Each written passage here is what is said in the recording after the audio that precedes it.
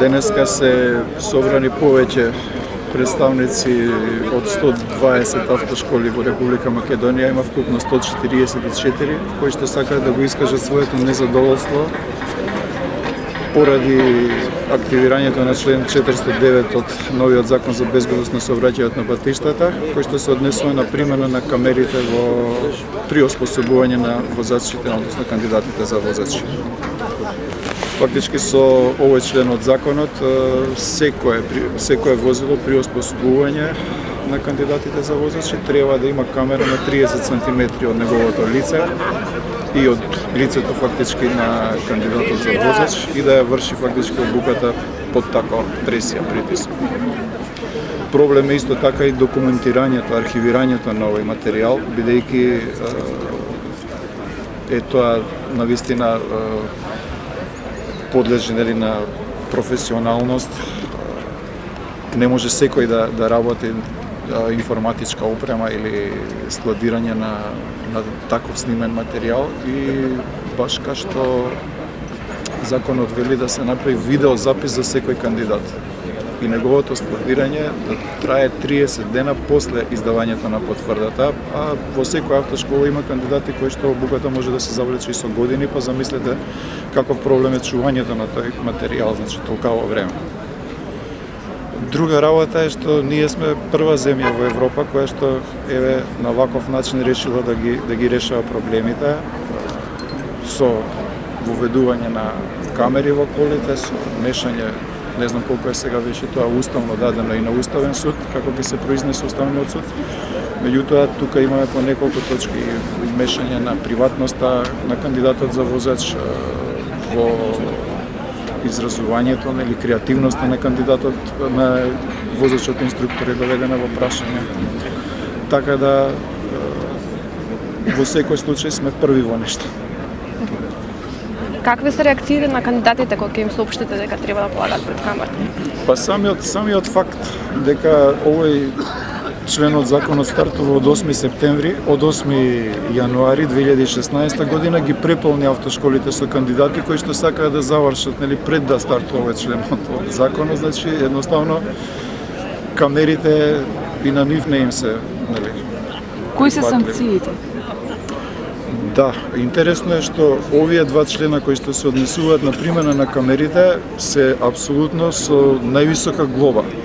Значи 2000 евра е за непоседување камера во возилото плюс 30% за одговорното лице, тоа се значи околу 2700 е вкупната, значи за првата казна и ако не врши тоа способување вкупната цена е 5500 евра казна, значи некаде околу 8200 евра ќе се собере целата казна доколку не врши тоа способување со вклучена камера во возилото.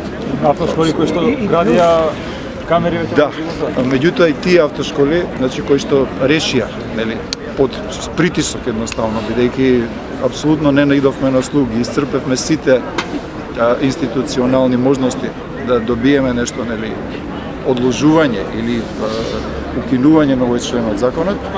Значи тие што решија да го спроведуваат на дел овој закон, што набавија камери од надвор некаде, значи не се во можност да го спроведат законот, бидејќи ви кажав, многу е проблематично архивирањето на тој материјал. Тој член од законот е многу, да не кажам, опширно и остава голем простор на чување на тој материјал, што е проблем и за поголеми институции, не само за една обична автошкола. И е скап тој материјал сега. Добре, сега помина 8 јануари, што ако почна да казнуваат? Ако приметивте, значи јас и во другите градови се движевме викендов и ова, значи апсолутно е замрена обуката.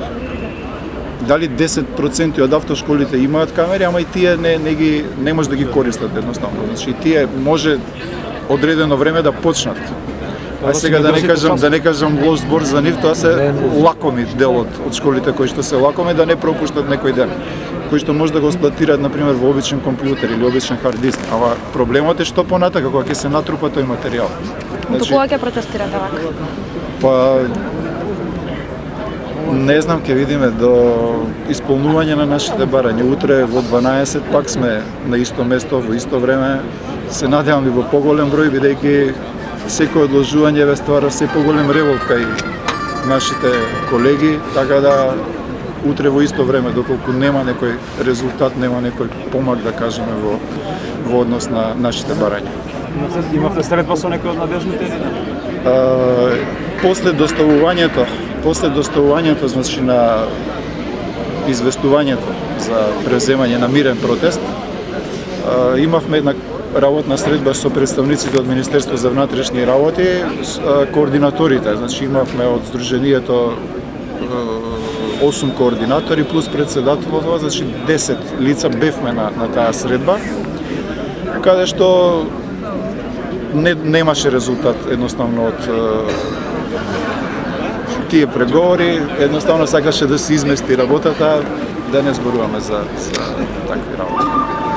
Како што реков вчера, дека ова е политичко, меѓутоа овдека нема политика, верувајте. Се работи за обстанокот на автошколите и ставање на крај на нешто што би можело да биде лошо за... Значи, ако се почне во автошколите, едноставно да се мешате во професијата, нели? Тогаш би требало едноставно секој да иде со камера на работа. Или многу лош сигнал за понатака се остава.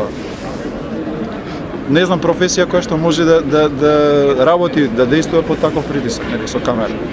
Каде е креативноста на инструкторот, каде е, нели, она што треба да го пренесе на кандидатот. Рековте имате доставена иницијатива и до Уставниот суд. Очекувате нешто од таму? Значи, доставена е за преиспитување на уставноста на овој член од законот, така да очекуваме да биде ставена на дневен ред и се надеваме дека Уставниот суд ќе има довлез да види нешто што навистина е очигледно, така. Веќе се навлегува во приватноста и на кандидатите и на инструкторите Дека почна кандидатите се жалат. и мислам дека не држи вода за ова нивни должностни власти.